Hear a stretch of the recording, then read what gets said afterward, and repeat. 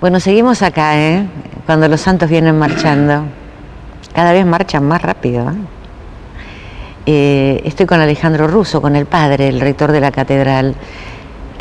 Gracias por todos los que nos miran. Muchas gracias, de corazón, porque hasta en el mercado, padre Russo, en la calle, la gente nos cuenta, me mira, me habla, me preguntan.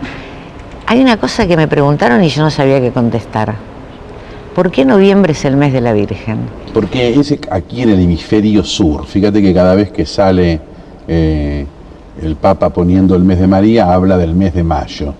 Pero nosotros, eso es para el hemisferio norte. El hemisferio sur es el paralelo al mes de mayo. Lo que es mayo en estación temporal para el hemisferio norte es noviembre para el hemisferio sur. Allá es 1 de mayo al 31 de mayo, que es el día de la visitación de la Virgen. Nosotros aquí es 7 de noviembre, empieza que María Medianera de todas las gracias, al 7 de diciembre, vísperas de la solemnidad de la Inmaculada Concepción. Principalmente es eso, pero es decir, ¿por qué se eligen estos 2 meses? ¿Por qué aquí noviembre? Porque es un mes de temperatura apacible, serena, armonioso, como lo es la figura de la Virgen, ¿no? Y sobre todo porque hay una cantidad de flores que tienen que ver con la espiritualidad del mes de María. Es decir, la espiritualidad del mes de María tiene como un dejo de poder crecer, de poder mejorar. Entonces se le van ofreciendo pequeñas flores espirituales, pequeños actos piadosos, de buenas intenciones, como si fueran buenas obras, a la Virgen para que ella las tome y las ponga en manos de Jesús y nosotros podamos ir como creciendo en eso, ¿no? Entonces, por eso, fíjense, lo que se acuerdan un poco ahí la barra antigua, a ver qué dice, si a veces se van a acordar bien. El canto tradicional del mes de María era venid y vamos todos con flores a María, ¿no? Y la gente tenía el acto del mes de María, sobre todo a la tarde, cuando no había misa vespertina, y cada uno le llevaba las flores de su propio jardín, pero con cada día la intención de una buena obra para el día siguiente, para cambiar el corazón, ¿no? Ahora, eso no lo sabe la gente ahora. Y porque se han olvidado un poco, porque después se fue como a veces confundiendo, dejando. Aquí en Buenos Aires se retomó bastante bien, porque nosotros en el seminario siempre hacíamos el mes de María, de manera tal de que cuando empezamos a ir nosotros a las parroquias, ya ordenados, y que se retomó, porque es verdad, se había después de un tiempo, de los años 70, se había como cortado. Pero, es decir, pero es verdad que tampoco tiene la popularidad que tenía antes, digo, ¿no? Antes se hacía el mes de María a la tarde, con lo que se llamaba la celebración de la tarde, el sábado a la mañana se hacía el rosario a las 7 de la mañana, que se decía Rosario de la Aurora. Era como más popular, ¿no? Pero tiene que ver con esa impronta de la devoción a la Virgen, de encontrarse con la Virgen para llegar a Jesús, ¿no? Claro, qué increíble, ¿no? Vos sabés que en Roma el Día de la Madre es cuando termina el mes de María. Cuando termina el mes de María, sí. Bueno, aquí también tiene que ver con la Virgen. ¿Por qué? Porque aquí es el 3er domingo de octubre, porque era el domingo más cercano a la fiesta del 11 de octubre de la maternidad divina de la Virgen. Empezó siendo el 11 de octubre, después se lo llevó al domingo, digo, ¿no? El segundo y quedó definitivamente el tercero. Pero el origen es la celebración de la maternidad divina, que era una fiesta que en este calendario litúrgico actual no existe, porque era la fiesta que se celebraba así aislada. Aquí se ha colocado el día de la maternidad divina, el día de la Madre de Dios, el 1 de enero, que es la octava de Navidad, es decir, como un prolegómeno, como un apostilla, digamos, una cosa final, como un colorario, mejor dicho, del misterio de la Navidad, ¿no? Ahora, una pregunta, ¿cuándo empieza la Cuaresma? La Cuaresma empieza... la Cuaresma no, perdón, el Adviento. El Adviento empieza, hay que tener siempre 4 domingos, entre el día de Navidad y el primer domingo de Adviento. 4 domingos y después el día de Navidad. Hay veces que el cuarto domingo de Adviento es el 24 de diciembre, digo, no, pero porque a la mañana es el cuarto domingo de Adviento y a la tarde la víspera de Navidad. Pero es decir, son 4 domingos exactos. O sea, que empezaría la última semana de noviembre. Más o menos empieza la última semana de noviembre, o sea, el último domingo de noviembre, y después corren las semanas, a veces es más largo, a veces es más corto. ¿Cómo ¿no? es el tema de las velas? Eso es una costumbre alemana, que nosotros ahora la hemos incorporado aquí, ya se ha hecho común, digo, ¿no? ¿Cierto? En el tiempo de Adviento, prender por cada domingo una vela, con una intención, ¿no? Se dice, esta vela de este primer domingo de Adviento, la primera semana la prendemos para que ilumine sobre tal cosa, de la venida de Jesús. Pero era una costumbre alemana, que ¿por qué se pone en el mundo entero? Porque cuando se hace en 1984, se edita definitivamente el libro de las bendiciones, en la reforma del Concilio Vaticano II, que fue el último de todos los rituales prácticamente que se revisó y se editó, se coloca a nivel universal la bendición de la corona de Adviento, se llama, esas 4 velas que van puestas en corona. Y fue una sorpresa, y es verdad que el Adviento, en cuanto a simbología, sin esta corona, era como un tiempo un poco desprotegido, ¿no? Entre que para nosotros, por ejemplo, se suma el tema del fin del año, la tensión, el cierre de, antes, ahora no es tanto, pero antes las empresas cerraban los balances, era un batifondo espectacular, digamos, y la preparación de la Navidad, ¿no? Entonces, esta corona le dio una simbología de acercamiento al tiempo del Adviento. ¿Y Adviento? ¿Qué quiere decir Adviento? Adviento es venida, digamos, ¿no? La espera de la venida, quiere decir, resumiéndolo, ¿no? ¿Qué es en latín? Es en latín, Adventus, ¿no? Hacia lo que viene, para lo que viene. Pero es decir, lo que significa es, ¿qué significa? Es decir, no la etimología de la palabra, es decir, sino la espiritualidad, esperando a lo que viene, ¿no? Fíjate que el Adviento tiene como 3 grandes memorias. Primero hace memoria histórica, ¿no? Todo lo que el Antiguo Testamento, todo lo que los justos del Antiguo Testamento esperaron la venida de Cristo, que lo tenían por delante no sé cuántos miles de años, digo, ¿no? Y aún los que esperaban en religiones que por ahí no sabían lo que era la revelación, pero sin embargo una intervención divina, todo eso queda como resumido en el tiempo de Adviento en la primera expectativa. La segunda expectativa del Adviento es la espera que la Iglesia tiene del Cristo que va a venir al fin de los tiempos. Porque en un momento el tiempo se va a acabar y Jesús va a volver. Dice la Escritura por el mismo Cristo, ya no en la forma como vino en el momento del nacimiento en Belén, sino gloriosamente. ¿Cómo será? ¿Cómo será, Dios mío, eso? ¿Será antes de que se termine el mundo? Antes de que se termine el mundo. Y con eso se termina el mundo. Con lo que estén ahí, el mundo se termina y no habrá, para esos no morirán, pero y todo pasará al nuevo escatón, hacia el nuevo tiempo, ¿no? Segunda nota del Adviento. Y la tercera nota del Adviento, que es muy importante, porque está un poco de lo que va a venir y lo que fue. La otra es la concreta. ¿Cómo se prepara la Navidad en este tiempo concreto? Para este tiempo concreto, para nosotros, la venida es esta Navidad. Dice un autor, si Cristo hubiera nacido 1000 veces en Belén, pero no nace en esta Navidad, en el corazón de cada uno, todos seríamos un hombre perdido.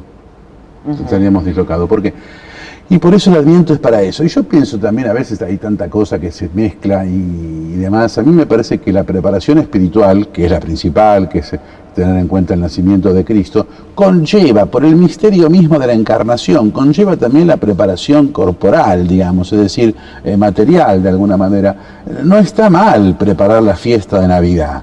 A veces algunos se extralimita con esto por el consumismo y por... Es verdad, pero limitando ese consumismo desenfrenado, que no sea una cosa superficial, no es descabellado hacer fiesta por el nacimiento de Cristo. ¿Por qué? Es el cumpleaños. Porque el cumpleaños no, porque es eterno esto, no es el nacimiento, es el nacimiento, ¿no?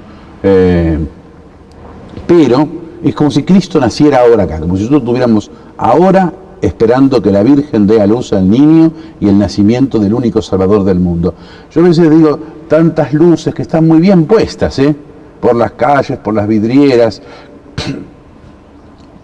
todos saludan a lo mejor al que no conocen, pero todo eso saluda el nacimiento de Cristo.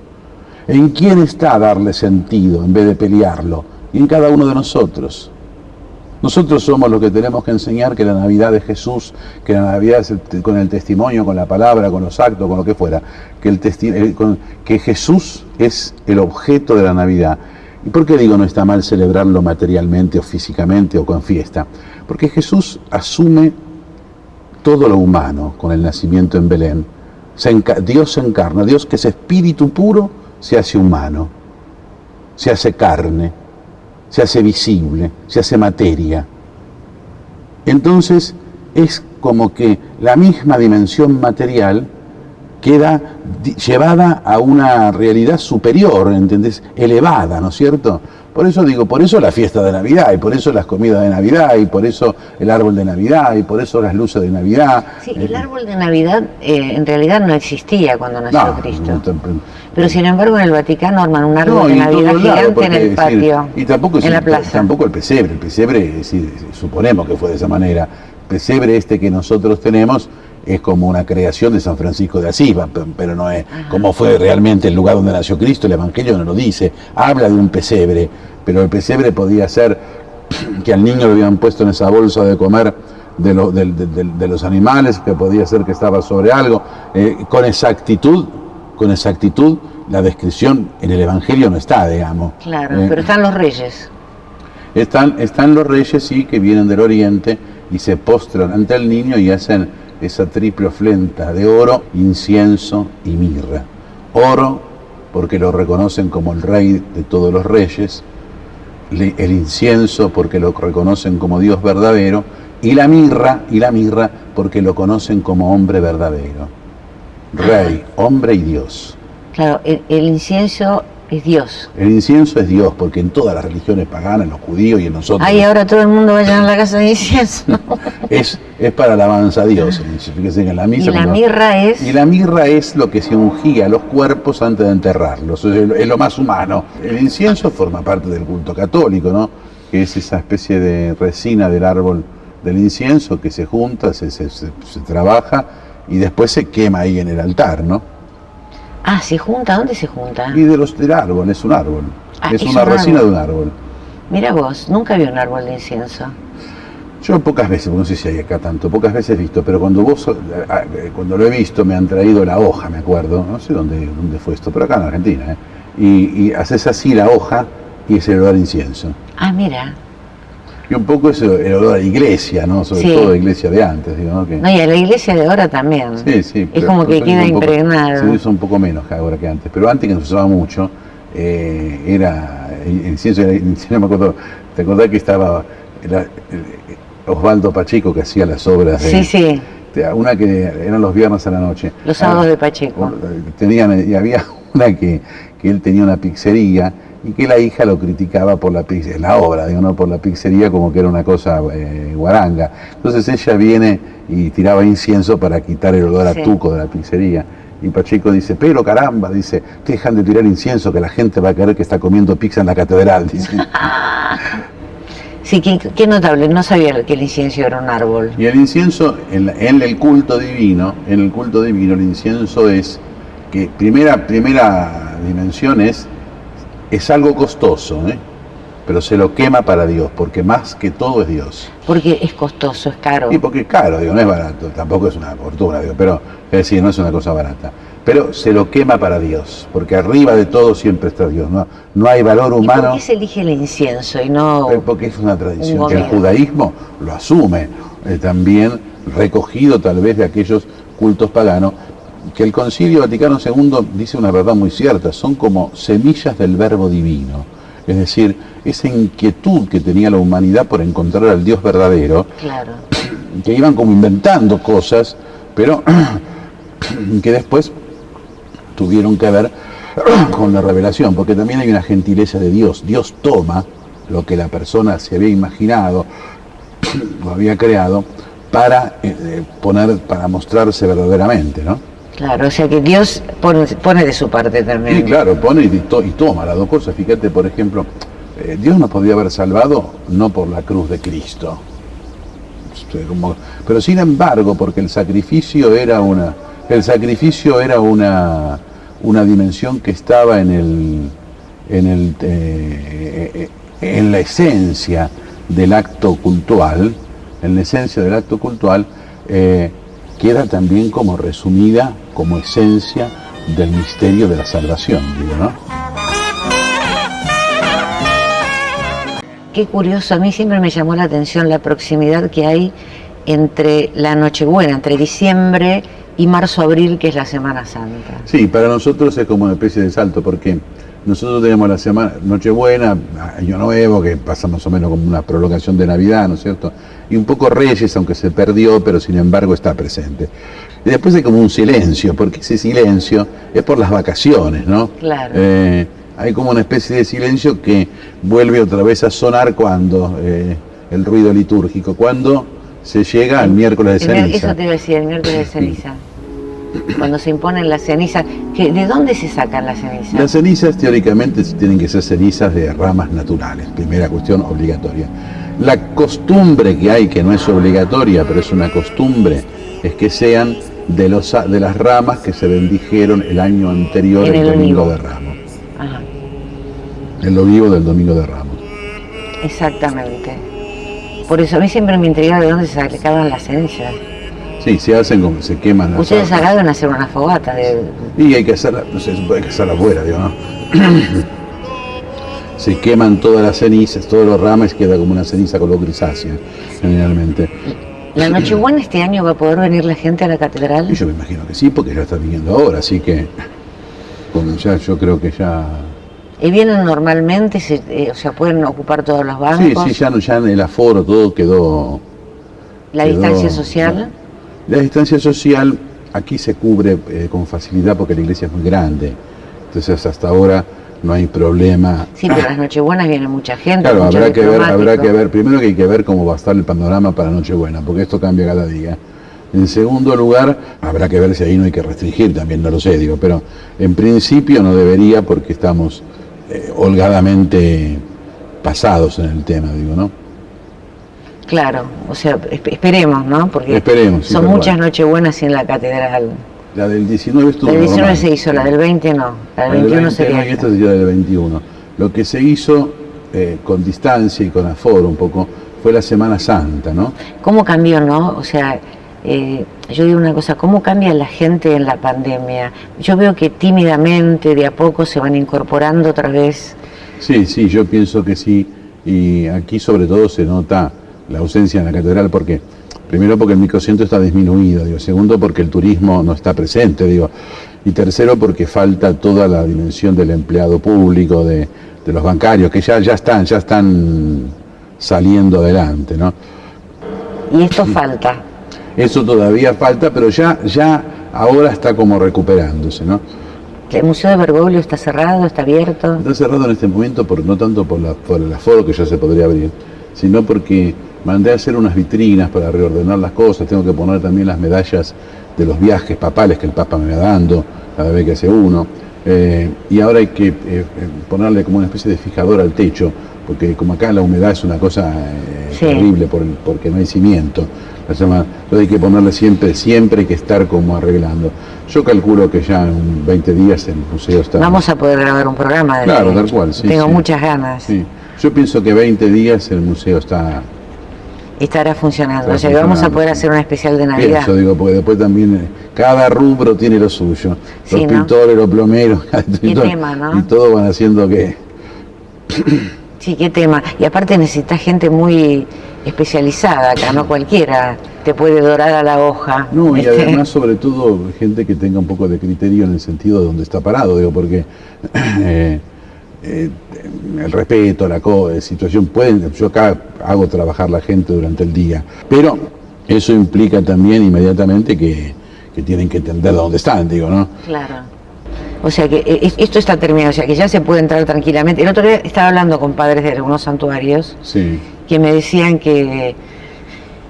algunas cosas, ¿no? Que hay mucha gente que empezó a ir otra vez, por ejemplo a San Expedito van muchísimo, pero también va gente que está en estado complicado, ¿no? Bajo estado de adicción, bajo estado de...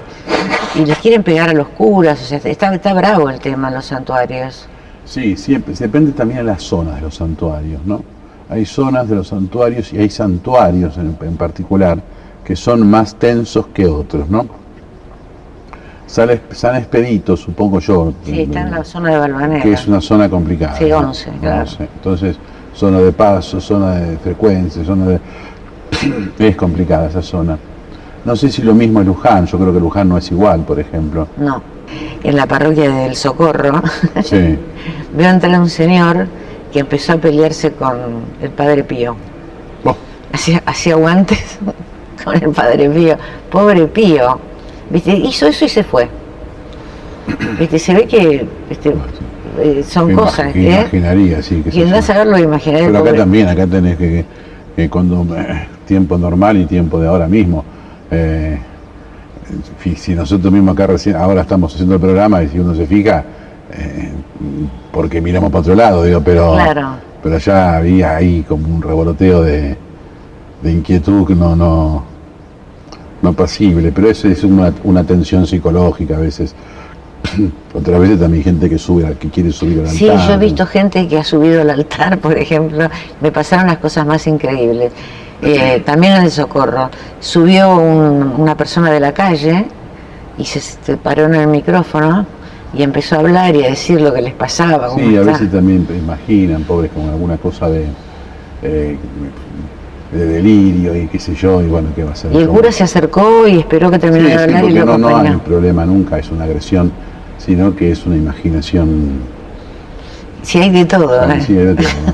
Hay de todo. En los santuarios se ve mucho de todo. No, y en los santuarios más todavía, porque ahí son lugares totalmente como una coctelera, uno va al otro, Sí, es así. Las parroquias es distinto, porque las parroquias... Pero la gente es más conocida. Toda conocida. Giran más en torno del barrio. Es el barrio. Ahora todavía los barrios son más grandes, digo, ¿no? Pero antes los barrios eran como... Sí, por ejemplo en Santa Rita, que es un barrio chico, es chico, tal cual. Es muy divertido, Sí, porque se la pasan espiando a los curas. Entonces un día, yo soy muy amiga del padre Luis Constantino de Santa Rita, había una señora que se la pasa en la puerta de la iglesia, típica de los barrios. Es una novela de García Márquez. Entonces mi marido le dice, mire que no hay ningún cura. ¿Cómo que no hay ningún cura? No están, porque ¿dónde están? Están bailando. Se fueron a bailar. Ah, sí, y el padre Constantino, ese también baila, el párroco, ese también baila.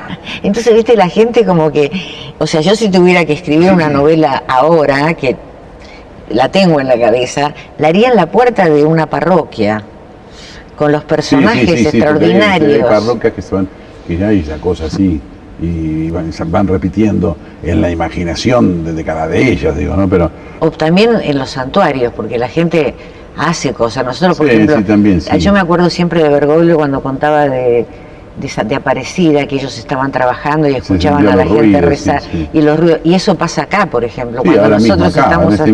Nosotros estamos ahora acá en este momento, y estamos conviviendo vos porque estás mirando para allá. Sí. Que para allá no hay nada, está la Virgen. Lo trabamos, está la Virgen. Pero yo estoy mirando para acá, digo, yo tengo que hacer un esfuerzo de mirar continuamente porque la gente te saluda, te habla, pareciera que... Claro. Sí, además en este momento en particular, la gente ve una cámara y que se quiere asociar porque quiere inmediatamente como participar. Claro, exactamente. Y te conocen mucho, Alejandro, te digo porque a mí me pasa... Para desgracia mía, porque... Y sí, es incómodo. Yo te reconozco que es una bendición de Dios que a uno lo quieran, pero también es muy incómodo. Sí, pero uno se acostumbra y yo ya... a mí no me da ni temor ni vergüenza ni nada, digo, pero... ¿Cómo se llama? Todavía estaba saliendo de un aeropuerto de acá, de Argentina, ¿no? Voy a tomo un agua con gas porque viene una y viene otra. Digo, ay, Dios mío. ¿Y de dónde eran? Que veían una que veía en la misa, otra que veía en este programa, claro. Otra que no sé qué historia. Sí. La verdad que fue una labor titánica haber llegado por YouTube a tantas casas durante la pandemia. Y en este momento yo estoy asombrado. En este momento 11.000 suscriptores tiene el canal de YouTube. Homilías Catedral, ¿no? Y sí, yo me acuerdo el primer momento cuando un día bajo para la pandemia. ¿El suscriptor tiene que pagar? No. Pasamos la misa por el canal 21 y también por el canal por YouTube, para que la gente que no tiene el canal 21 pueda verla también en el canal, la misa en el canal de YouTube, ¿no? La idea me vino cuando era el primer momento de la pandemia, aquellas primeras semanas, si no era la primera, era la segunda, ahí nomás, ¿eh? Entonces fui y con el celular, así nomás grabé la oración del acordaos ante la Virgen de la Paz. Dije la imagen más antigua y le pedimos, primero el cardenal, es decir, de alguna manera, porque el cardenal primero grabó aquí una oración delante del Cristo de Buenos Aires, pidiendo para que la pandemia sea, Cristo nos proteja, digo, ¿no? Y después fui grabando yo, todos los días grababa algo, bajaba a la tarde y después me lo subía a Jorge Cargavalo, que es el que me ayuda con eso, subía a YouTube y después el canal me lo replicaba mal grabado porque lo hacía yo, tenía que tener cuidado de no torcerme, y lo pasábamos como oración de cada día en cada uno de los lugares distintos. Primero era el tuntún, después fue más o menos fijándonos de, qué sé yo, vamos a poner el día de tal santo, digamos, ¿no?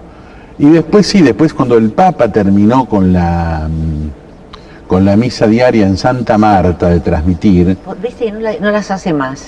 En público, sí. En público no, digo, sí, mejor dicho. No, pero no salen más en la página de Vatican News. Yo no creo que las esté haciendo. Sí, él celebra todas las mañanas. Sí. Lo que pasa es que ya no celebra más la misa con público. Con gente, claro.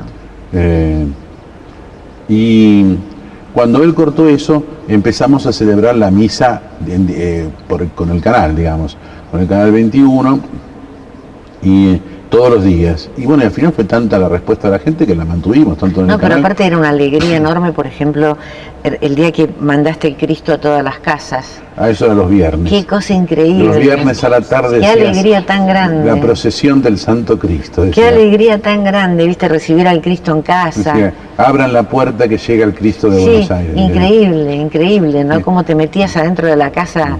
Era como si cuando te dejan el Cristo, viste, o te dejan una imagen de la Virgen. Como si fuera una imagen peregrina. Sí, como una imagen peregrina. Y así es lo que queríamos hacer, digo, ¿no? Fue fantástico, la verdad que fue una experiencia única, increíble, ¿no? O sea, sí, fue una cosa importante. Aparte en YouTube, si vos me decís, lo estábamos haciendo, no sé, en un canal de aire todo el tiempo, pero no, por YouTube. No, íbamos así, y se ve lo que hacía yo también, después lo pasaba por WhatsApp.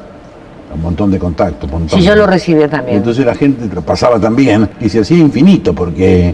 Claro, qué bárbaro, ¿no? Lo poníamos después en Facebook, en Twitter también. Sí, aparecía por todas partes, lo que son las redes. Lo que son las redes, tal cual. Y cuando se usan para bien. Que si no hubieran estado las redes en esta pandemia hubiéramos muerto de angustia. Totalmente. Muerto de angustia porque... La forma de comunicarse y de estar hoy en día es distinta. A lo mejor antes la gente estaba más acostumbrada a vivir aislada. Hoy no es eso. Pero perdóname, vos nombraste a la Virgen de los Desamparados. Sí. ¿Cuál es el origen?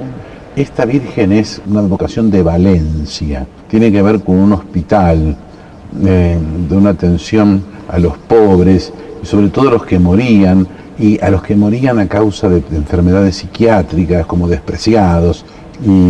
Y esta es una réplica exacta de esa. Por eso te pregunto. Una réplica exacta. La de los Amparados, pero yo cuando ahí me equivoqué, quería decir la de la Virgen Paz. de la Paz. Sí. ¿Y la Virgen de la Paz? La Virgen de la Paz es la Virgen de la Paz que tiene que ver con Toledo, esa Virgen que se aparece a San Ildefonso, arzobispo de Toledo, ¿no? Que está ahí en la Catedral de Toledo, cuando uno está en esa especie de capilla mayor que tiene ahí después, hay una columna que tiene como una especie de agujero, ¿no? Así. Y dice, pon tu mano, dice arriba, ¿no? Entonces uno pone la mano y sigue leyendo abajo. Has puesto la mano donde puso su pie la Santa Madre de Dios. ¡Ay, qué bárbaro! Porque ahí se le apareció sentada a San Ildefonso. Hay una sola Virgen, que es la Inmaculada. Que es la Virgen María. La Virgen María. ¿Por qué hay tantas advocaciones? Las advocaciones surgen por varias cosas. Primero por los títulos de la Virgen, es decir, la Virgen de que es Reina de la Paz, la Virgen, la Visitación, la Virgen, y después por los lugares también, porque hay apariciones, hay formas específicas de devoción, entonces en cada realidad se la va vistiendo, por decir de alguna manera, vistiendo de una forma distinta para ser presentada, ¿no? O sea que la Virgen de San Nicolás, la Virgen de Luján son made in Argentina. Por ejemplo, y la Virgen de Itatí y la Virgen del Valle. La Virgen de Itatí y la Virgen del Valle, no tenemos más. Advocaciones así propísimas, no. A la Virgen del Valle va muchísima gente. Sí, sí. Antes se decía que tenía 3 patas, digamos, la devoción a la Virgen. En primer lugar, Luján, el Valle e Itatí, ¿no? Ahora en esto también hay que agregar la Virgen de la aparición en San Nicolás, ¿no? Más allá de cómo es la aparición, como dejó de ser, que en la iglesia lo va Es la decantando. última que apareció, la de San Nicolás. En la Argentina, ¿no? A ver, las ve como gracias actuales, hay que tratar de ver que el vidente sea verdadero, que no esté mal de la cabeza, que qué sé yo, tanta cosa. Y también que no se aprovechen, ¿no? Porque hay casos en donde el vidente, por más que sea verdadera la aparición, a veces, el vidente también se mete a hacer o negocio o lo que fuera, porque, claro, porque el vidente por la Virgen no deja de tener la tentación del pecado. En ¿no? eso la de San Nicolás fue bárbara. En eso San Nicolás fue impecable. Pero el vidente también es verdad que hace negocios, cosas. Todo, es decir, puede hacer cualquier cosa, digo, ¿no? Entonces, la iglesia tiene que cuidar eso siempre, ¿no? Con esmero, sobre todo también que contribuya a la unidad de la iglesia y no al protagonismo. Claro. Ese es un tema. Ese es un tema. ¿No? Es muy porque difícil. A veces también decía, uno ve, podría ser verdadera la aparición, podría ser verdadera, pero la persona que la propicia y en ese momento hace como si fuera un protagonismo personal, ¿no? ¿Por qué hay tanta polémica en torno a Medjugorje? Y por este problema es. Y por este problema. Tal vez la aparición en su momento haya sido verdadera. Pero algunos sí, otros no, otros han seguido, otros no siguieron. ¿Era de Salta? También, ¿eh? Yo, a criterio mío, también, digo, pero no hago juicio de la iglesia sobre esto, digo, ¿no? Sí, pero hay mucha polémica alrededor. A mí no me parece que uno pueda sentirse superior a la iglesia, sobre todo, digo, ¿no? Claro. O sea, no, es verdad. O sea, porque aparte de la iglesia somos todos. Y juzgar con una especie de altanería, si obra bien un obispo, si obra mal un obispo, un cura, lo que fuera, digo, ¿no? No, pero aparte... A veces es verdad que hay falta de inteligencia de la jerarquía en el manejo, digo, ¿no? Pero el gallo es solamente Jesucristo en la iglesia, ¿no? Claro. No hay ningún vidente. Pero la iglesia somos todos los que estamos bautizados. Claro, igual, sí, eso sí. Que vos decís es cierto. A veces cómo se ponen a señalar con el dedo este obispo y el otro. ¿Y quién sos? ¿Viste? ¿Con qué autoridad? Y el mismo berretín de los fariseos, ¿no? Claro. Sí, ese es el peligro de los videntes, ¿no? Es un peligro. Yo me acuerdo que le pregunté una vez a un famoso teólogo, el padre Laurentén, si un vidente podía tener y después equivocarse, y me dice, mire, el vidente no pierde el libre albedrío, dice, así que podría haber visto a la Virgen perfectamente y después caminarse hacia una dimensión de pecado, ¿no? Yo creo que hay que entregarse a algún sacerdote, teólogo espiritual profundamente para ver cómo maneja uno la experiencia de una aparición de la Virgen. Tal cual. ¿Cómo manejas el testimonio? No, me pasa someterse al juicio de la iglesia, digo, al obispo diocesano, que inmediatamente tiene que remitirse a la Santa Sede. La Santa Sede tiene indicaciones para el discernimiento. Sí, claro. Pero es verdad que el discernimiento lo hace el obispo diocesano, en primer lugar, ¿no? Sí, la Virgen no tiene la culpa. Ah, no, pobre. Pero hay una cosa que es cierta, Medjugorje es un negocio.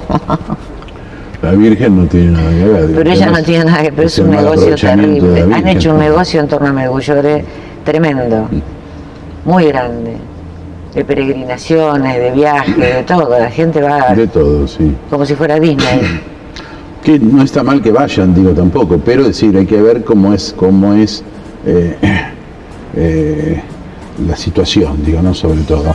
El Papa siempre tiene un criterio con esto particular, porque me acuerdo cuando acá mismo estaba en Buenos Aires, decía esto, hay que dejar y tomar y aprovechar lo que es propiamente de la Virgen, dice, y prescindir de lo otro se va solo después.